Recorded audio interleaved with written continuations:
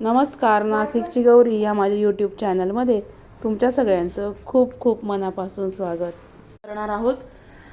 तर तेल घेतलेलं आहे, याच्यामध्ये कढईमध्ये साधारणतः 3 पळ्या हिरवीगार ढोबळी मिरची चिरून घेतलेली आहे। डाळीचं पीठ लागणार आहे। वेळेवरती काय काय करायचं हे सगळं तुम्हाला स्टेप बाय स्टेप सांगते। आता पहिल्यांदा आपण फोडणी करून घेऊया।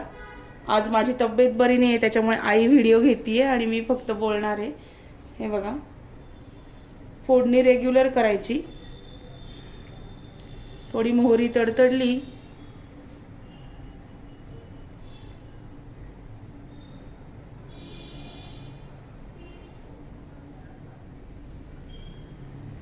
की मग हिंग हळद घालून फोडणी रेग्युलर करून घेणार। आता हिंग घालायचा आणि हळद रेग्युलर आपली फोडणी करून घेणार आहोत। खूप सोपी भाजी आहे आणि साध्या पद्धतीने सांगणार आहे, तुम्हाला शेअर करणार आहे। आता ही मिरची छान धुवून स्वच्छ घेतलेली आहे, बारीक चिरून घेतली ढोबळी मिरची। आता ती फोडणीला घालायची। एकदम साधी सोपी 5 ते 7 मिनिटात होणारी भाजी, खूप छान लागते, नक्की करून बघा।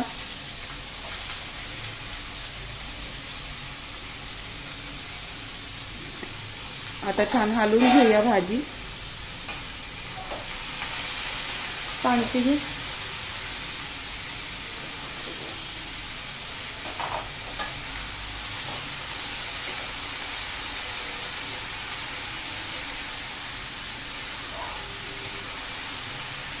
भाजी हलवून घ्यायची। भाजी हलवल्यानंतर एक वाफ आणायची त्याला। तोपर्यंत याचा मसाला कसा तयार करायचा ते पण सांगणार आहे तुम्हाला। हे डाळीचं पीठ घेतलेलं आहे, तिकडे घे म्हणजे दिसेल। घे अजून तिकडे। डाळीचं पीठ आईला माहिती नाही आहे कॅमेरा कसा आहे करायचा। ह्या डाळीच्या पिठामध्ये भाजी वाफ आणायला ठेवलेली आहे। आता त्याच्यात मसाला काय घालायचा, म्हणजे पीठ पेरून आपण ढोबळी मिरचीची भाजी करणार आहोत। एक वाफ आणणार आधी भाजीला। हे बघा, ते डाळीचं पीठ घेतलेलं आहे।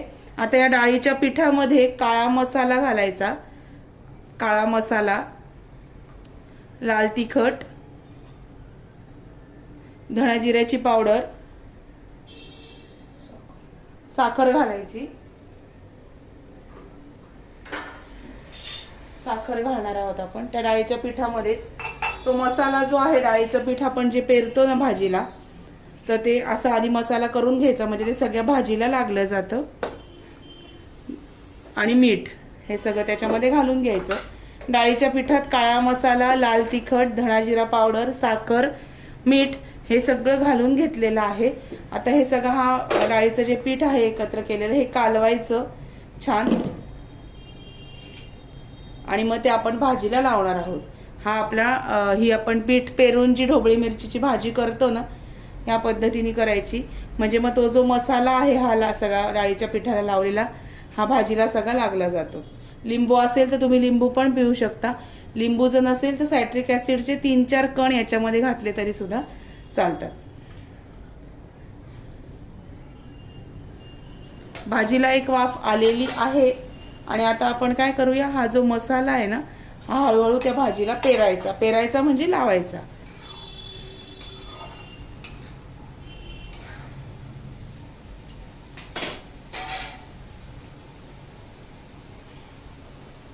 हे बघा, सगळं त्या डाळीच्या पिठामध्ये कालवून घेतलं आणि हा मसाला आता ह्या भाजीला लावायचा, वाफ काढायची, आपली भाजी तयार होते। खूप सोपी पद्धत आहे, अजिबात अवघड नाहीये।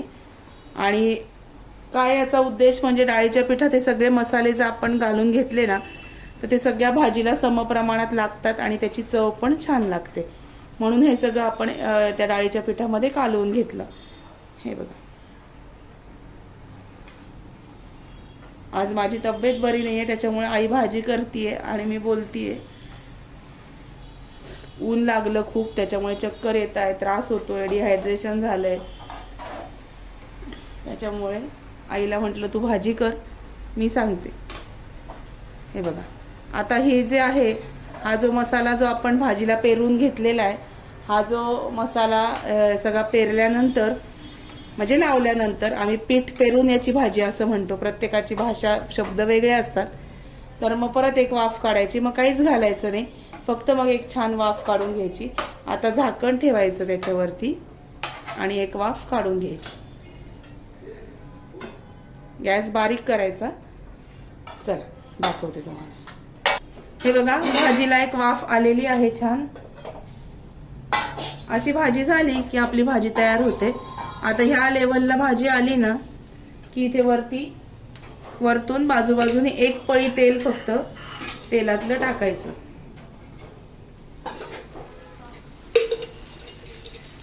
म्हणजे काय होतं, भाजी आपण पीठ लावलंय ना तर ती चिटकत नाही. कशी सगळी मोकळी मोकळी झाली आहे छान भाजी. ही अशी ढोबळ्या मिरचीची पीठ पेरून भाजी आपली तयार आहे. कसा वाटला तुम्हाला आजचा व्हिडिओ ते मला नक्की कळवा. व्हिडिओ आवडला असेल तर व्हिडिओला लाईक करा, शेअर करा, सबस्क्राईब करा. भेटूया अशाच नवीन व्हिडिओमध्ये नवीन विषयाबरोबर उद्याला. तोपर्यंत स्वतःची काळजी घ्या. Bye bye, take care.